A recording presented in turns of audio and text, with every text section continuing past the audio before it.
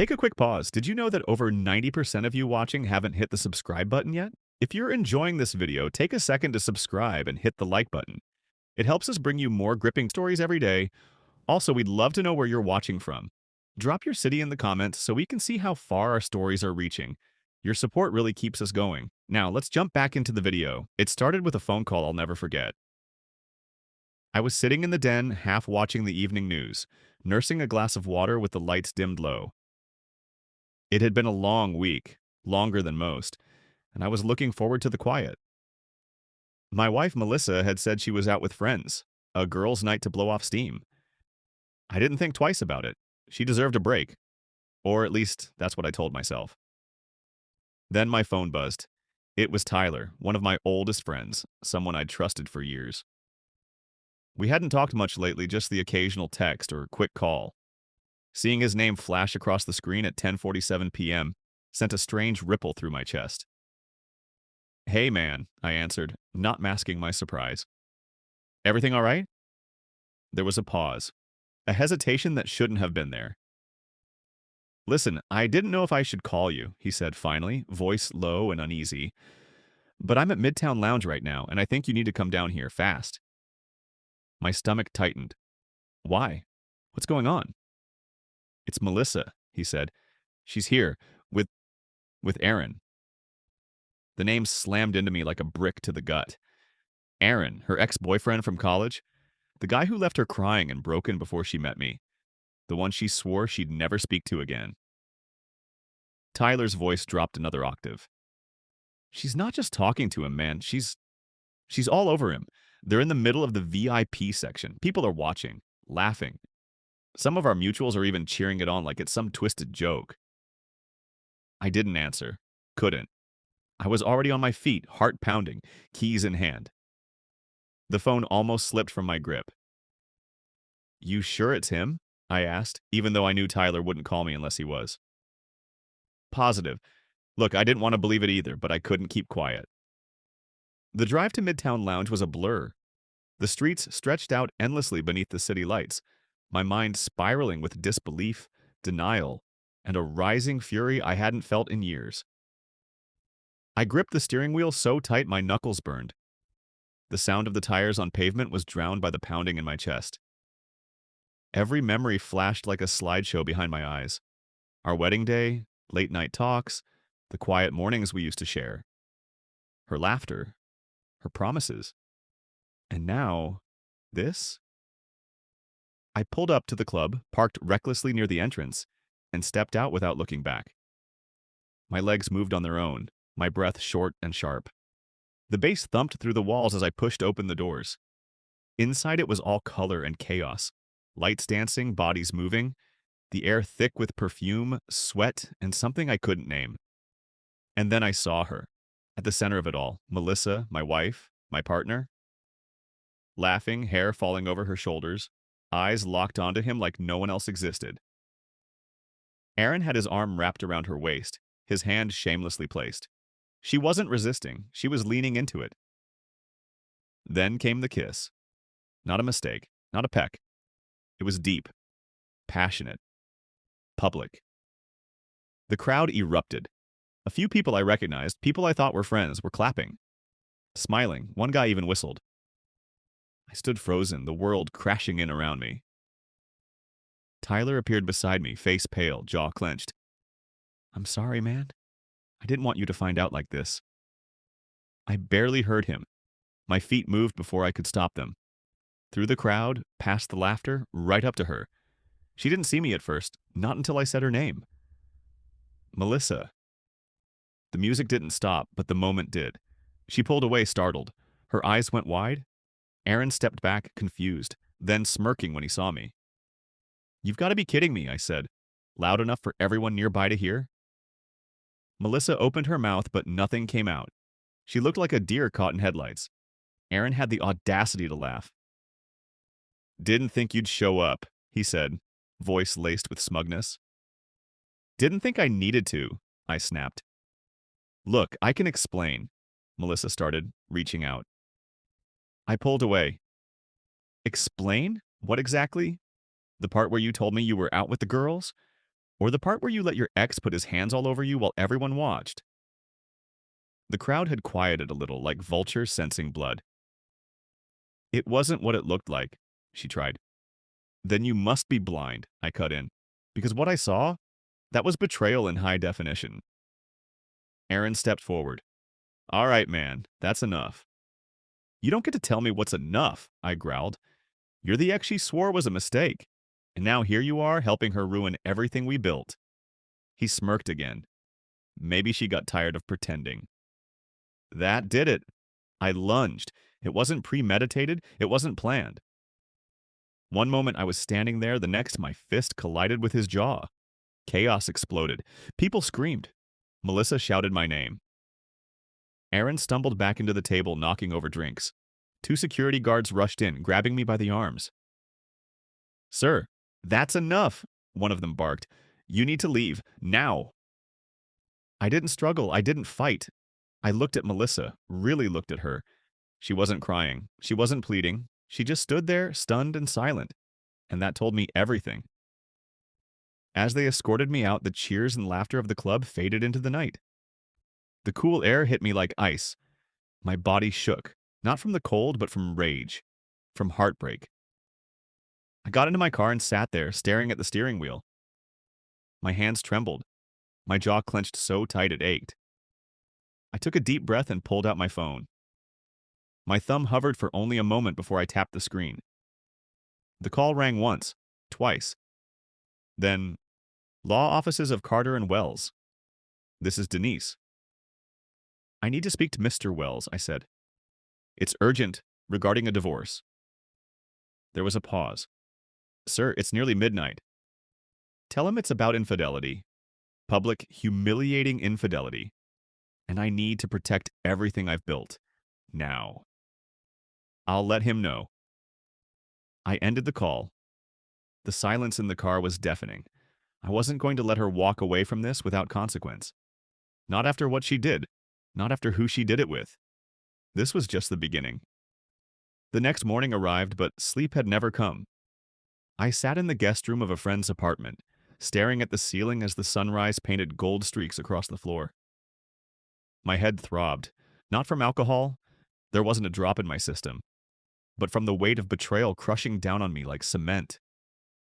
Everything felt surreal, like some twisted dream I hadn't woken from yet. I had called Tom, another close friend, right after speaking to the lawyer's assistant.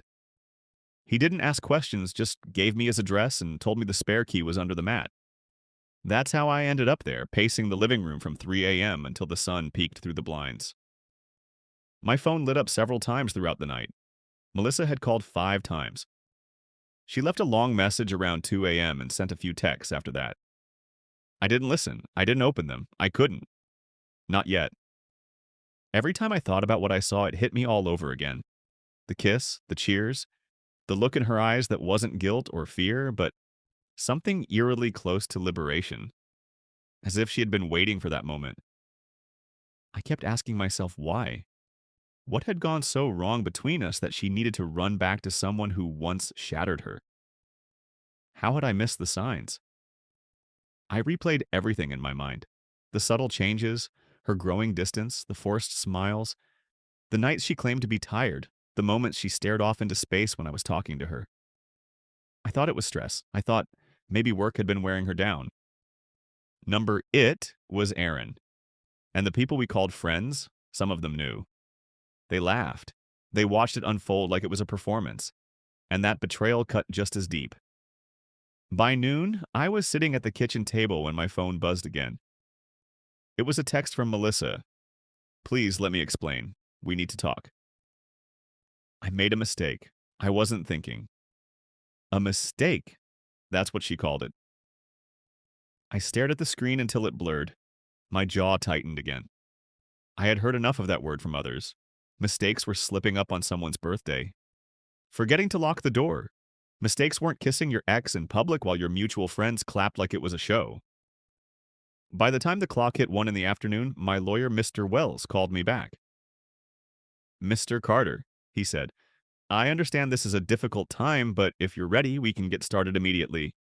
Do you have a prenuptial agreement? Yes, I said, my voice flat. Signed before the wedding. That's good. We'll need a copy. Do you have any joint accounts, properties, or businesses? I listed everything off, my voice steady even as my stomach turned. It felt cold, robotic, but I needed to be.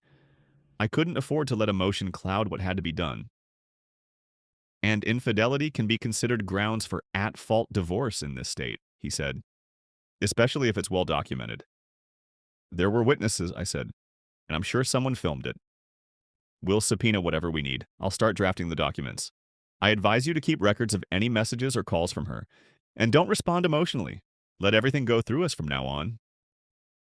I hung up and stared at the wall, trying to swallow the bitterness rising in my throat. A couple of hours later, Tom got home. He walked into the kitchen with a bag of takeout and slid it toward me. You need to eat something, he said. You look like you've aged 10 years overnight. I gave him a weak smile, but I couldn't force a bite down. My appetite had disappeared the moment I saw her in Aaron's arms. She texted again, I muttered. You gonna answer? Number, what could she possibly say that I don't already know? He sat down, leaned back in his chair. Man, I was there once. Caught my ex sneaking around with someone she swore she hated. I thought I'd lose my mind. You're doing better than I did. I don't feel like I'm doing anything right now. That's because the hurt's fresh. But trust me, acting out isn't going to give you peace. Protect your name, protect your sanity, let her ruin herself. I nodded slowly. I didn't want revenge. Not the kind you see in movies. I wanted dignity, closure, justice, if that was even the right word. Later that evening, I got another message. This time from someone I hadn't expected. Rachel, a friend of Melissa's. One who was at the club that night. I don't know what to say, but I'm sorry. I had no idea she was going to do that. None of us did. When she showed up with him, we all thought it was a joke. I tried to stop her. A few of us did. She wouldn't listen. That message cracked something in me. A bitter part of me wanted to scream, "Where were you when it happened?" But I didn't. Instead, I replied with 2 words.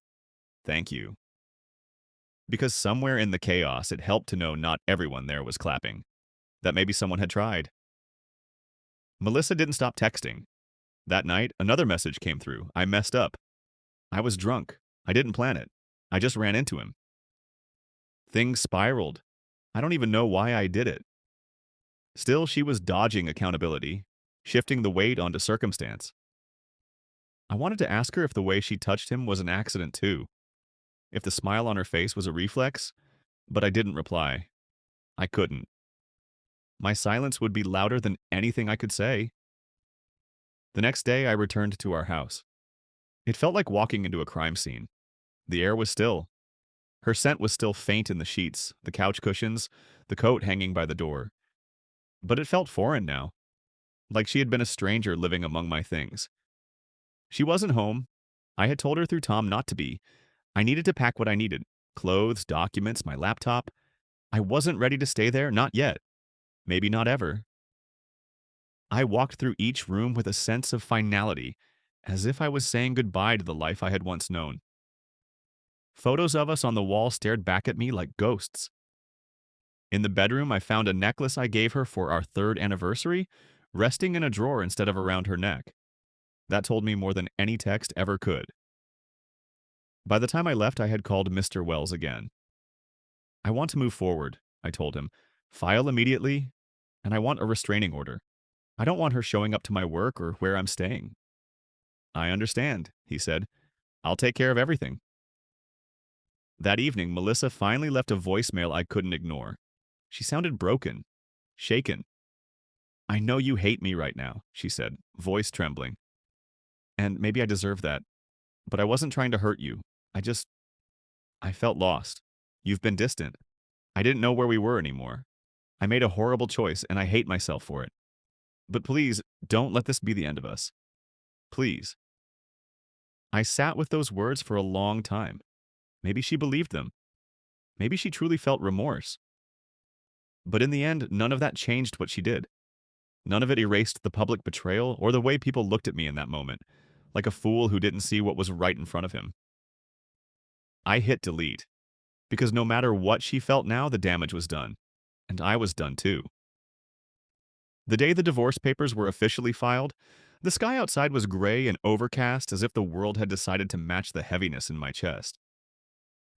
I sat in my lawyer's office across from Mr. Wells, watching as he slid the final documents across the polished wooden table.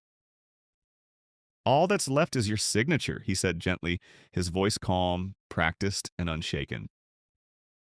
My fingers hesitated over the pen, not because I doubted what I had to do, but because this was it.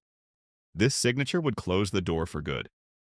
All those years, those shared holidays, the late-night talks, the whispered plans about kids and growing old, they'd all be reduced to ink and paper. Still, I signed. My hand trembled slightly, but I didn't stop. I signed every page. I initialed every margin.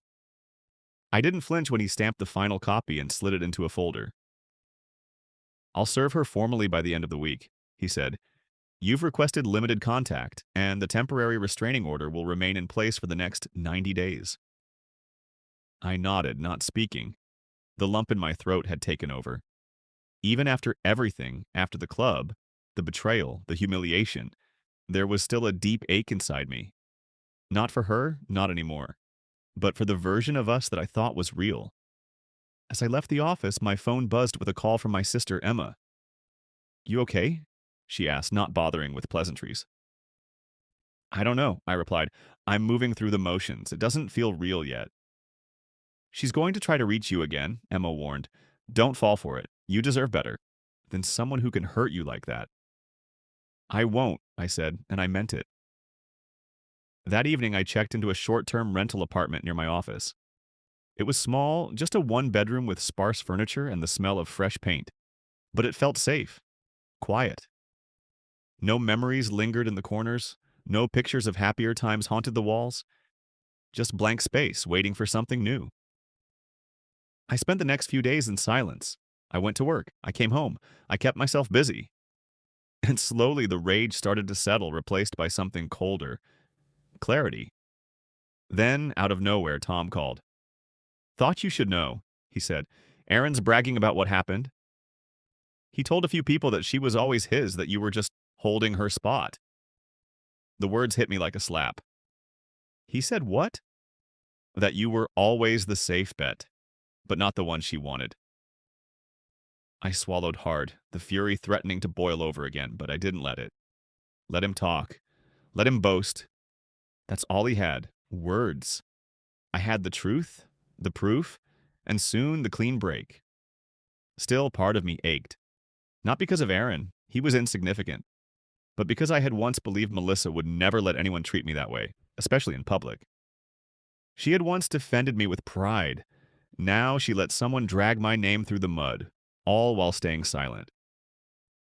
A few days later, I got a package at the rental, no return address. Inside, I found a handwritten letter. It was from Melissa. "I know I've lost you. I feel it every day. I can't sleep. I can't eat. I think about what I did and I don't recognize myself anymore. You were the best thing in my life and I destroyed it. I've tried to find the words to explain, but nothing makes sense. I didn't plan to see Erin. I didn't even want to. But the moment I saw him, I fell into something ugly and reckless. I was angry at myself, at you, at everything, and I let it poison everything good in my life." She went on, page after page, detailing her regrets. How she felt invisible. How she thought I didn't love her the same way I used to. How, in a moment of weakness, she tried to feel wanted again, even if it meant sacrificing everything. I sat with the letter for a long time. I didn't cry. I didn't scream. I just felt empty. Because no matter how many times I read her words, they didn't change what I saw. They didn't erase the sound of laughter from our friends, the way Erin grinned like he'd won, or the look in her eyes when she chose him over me. Regret didn't equal love, and pain didn't excuse betrayal. Later that week, I spoke with Mr. Wells again. "She's hired a lawyer," he said. "But given the prenuptial agreement and her infidelity, you're in a strong position. We'll push for a clean financial split, no alimony, minimal entanglements." "She can keep the house," I said. "You're sure?" "I don't want it. It's not home anymore." And just like that, I let go of the last physical tie to the life I used to have. The next few weeks passed like a quiet storm. Papers moved between lawyers. Melissa's attempts to reach out dwindled. Her friends, those who once clapped and laughed, avoided me altogether. Some unfollowed me online. Others sent half-hearted apologies. I ignored them all. I began focusing on myself. I signed up for therapy. I started going to the gym again. I picked up my guitar, something I hadn't touched in 2 years, and started writing music that came straight from the heart. And one night, as I played in the dim light of the rental living room, I realized I wasn't just surviving. I was healing. It wasn't easy. The pain still came in waves. Some nights I'd wake up gasping, my chest tight with memory. But then I'd remind myself, I chose dignity. I chose peace. And I walked away from a version of love that would have slowly hollowed me out. The day the divorce was finalized, I stood alone outside the courthouse. There were no tears, no confrontation, just a quiet signature, a court stamp, and finality. I walked to my car, looked up at the sky, this time blue and open, and exhaled a breath I didn't know I was holding. The nightmare was over. A few months later, I ran into Rachel again, the friend who had tried to stop Melissa that night. She looked nervous, unsure if she should say anything. "I'm glad you're doing better," she finally said. "I am," I replied, and for the first time, I meant it. "You didn't deserve what happened," she said. "None of it." "Maybe not," I said. "But sometimes pain clears the path." She smiled faintly. "You've changed?" I had to. That night, I deleted the last voicemail Melissa ever left me. Not out of anger, but because I no longer needed a reminder of how far I'd come. And as I looked around my new place, my space, my peace, I knew something for certain. The worst moment of my life had become the beginning of something better.